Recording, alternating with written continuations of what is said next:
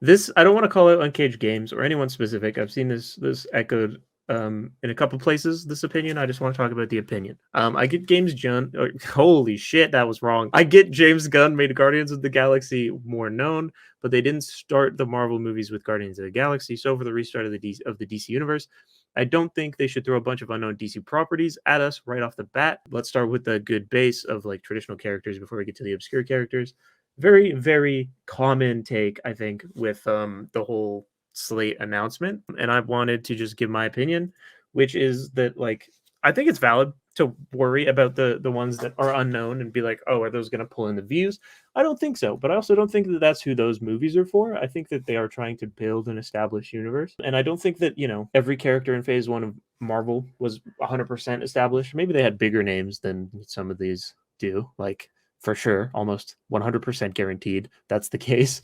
But there are people that will go watch every DC movie, even now. That's the case, and they suck. Like if you're flipping a coin on whether that movie's going to be good, right? Like if you just are. There are people that will go watch these shows and these movies regardless, and they'll be able to just kind of spread the word if they're good or not. So if you're worried about them not being good because you don't know who the characters are, don't go watch them right away. Is it maybe scary for the future of the universe to build off of unknown characters? I can understand why you'd have that fear. But personally, I'm hopeful that the projects will speak for themselves, and then word of mouth will do the rest. The Batman disrespect, I think there is some base in there for sure, right? Like they are doing that as well. I think there's a bit of both going on. I'm so glad that you are the good cop today. And again, if this ever got to Uncaged, it's nothing against you. It's just that is a terrible take.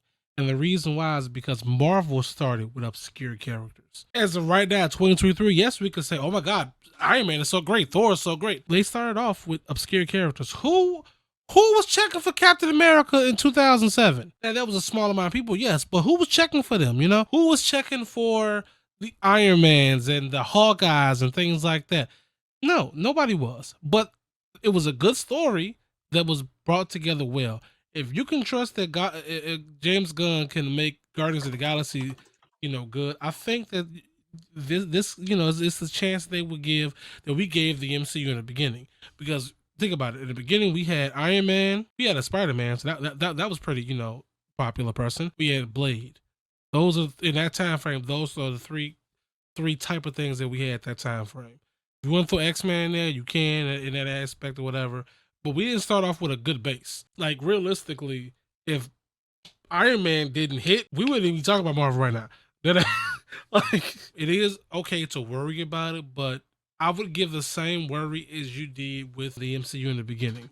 If you didn't have that much of a worry then, when you went to sat down to see RDJ be the Iron Man for the first time, I don't think that this is too far of a stretch, because at the end of the day, we still at the beginning of it, we have some of the popular characters aside with the obscure characters.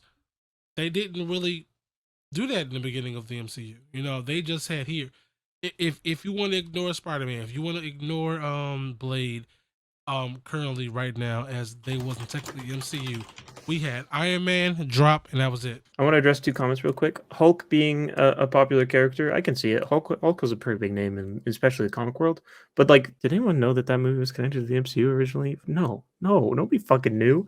Like they knew, and people knew originally for sure. But there's a window in there. There's like a 5-year period where everyone was going, that movie's in the MCU, really? Were we sure about that? I remember having that conversation like 7 times. I wanted to ignore that movie so bad, because the first one and the second, the only time you knew for sure is if you watched the deleted scenes. And it was because, especially with the one shot too, like later on, or what you call it, when they didn't want General Ross to deal with the to the Avengers, and they sent Tony Stark, who was the in the MCU, to him, and that was the connecting fabric right there. That, and at the end of Incredible Hulk, when he hulked out that last time, he was the reason why Captain America was unfrozen. Type of shit. You don't even know if Incredible Hulk is a reboot or a sequel or a requel. I think we do, but it is not super clear. Also, last thing, Black Widow wasn't in any animated stuff prior to the MCU. I think she's in these movies, which I think are pre Iron Man. and they're both animated Avengers movies that I watched the hell out of. By the way, I love these movies. Wait a damn minute. Go to the They third one. slap. This one, I don't know if I have seen this movie. This movie's great. It's also connected to this Oh, universe. 2008. Okay. Yeah, I thought that yeah, shit said 2000. I'm like, oh, you know what? I am done for the night. 2008. No, different years. Banner is not canon. Norton's is. Banner Correct. is Yeah, just... Norton's is canon. Forgot those existed. I have also done that.